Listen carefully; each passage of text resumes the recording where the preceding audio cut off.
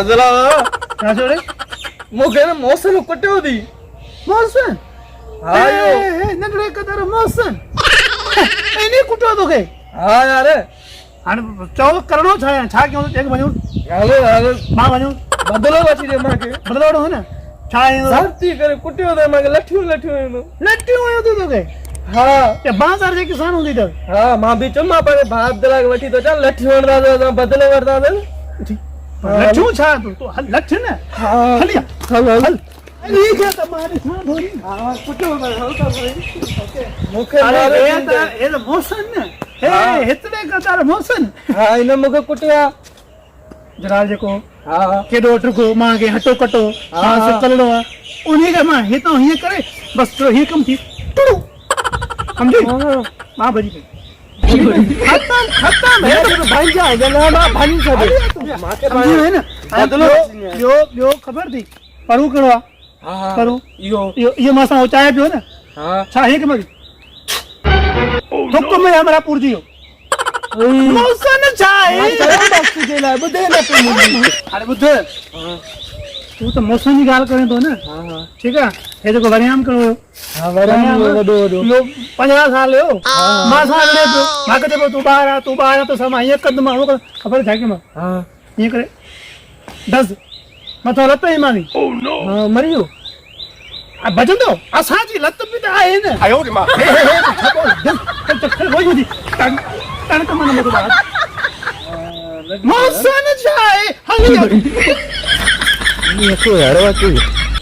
अरे बाल बता हां ये बेन सा कई है ना हां ये क्या से ना ये कर सब वो खुश है तो सब पाप मां खुश थी न हां हां कितना भाव हो बैठो थी ओ सामू हे जो को पुठीरो हां यो जगह पछीरो बिठाई थी अरे मां दिसास तो हली यार आओ ये छोरे के चबाओ में आए बटे माठो हे या हां यो थी पक्की गाल है या हां यो जे चाहे तो मन उहे क्यों नहीं बस कते छड़े डंगा बा हां त जे कयो थी न जैसा ये करे बस मां खुश थी वेंदा ठीक है हां बस आयो मां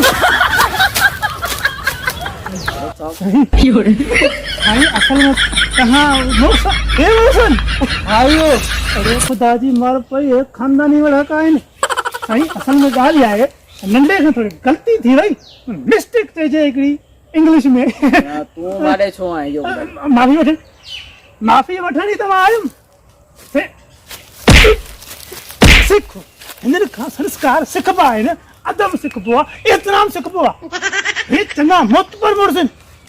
या लोकर इन वड़ा का थई समझी सही असल में छा है जो नंढे अची करे चयो जो का सो वरी इज्जत कंदो आ जो एहतराम इखलाक कंदो आ मां जो ठीक आ पो मां खे भी वठी जो कुछ चवतन थे न जो असां जी हिम्मत बाबा हिन जी हिम्मत जी केड़ी हिम्मत कहां के जो कुछ मारे आए सारे का तो यो मुख बुदा माफी ये तमा इतो भाजी जान छड़ा भाजी भागो दी बुधु तो चयो हां त मां फलाने के ये मारूं फलाने के ये मारूं अब जरा तुम यार कूड़ो निकते तो उन्हें के शो कुछ ना क्यों न लताड़ी सी न थुक्का सा लंबड़ाई सी न पैर सा मारू सी केड़े मानन चाहे बुआ अरे ने या कदर सी करे न भले हे पुराना पापी थी हारी थी अरे हेकड़ो न थी हे कुटड़ो ये लश्कर दी पूरी फौज थी शुक्र करता उनको भजी आया से हिते त हिकिड़ो हो न यार लताड़े का वठी कर लताड़े का हिकिड़ो 35 वरी पोयां तने इन खां हल्का ये त पंज मंगोल ना के घिरी पना न घरन में हे दे न सब बरा ऊंचाई जाई न हले मरायो ही कादा लठ तो मां खाई न अगे भगा लाला ये अरे बेरा टप्यो Run. खनी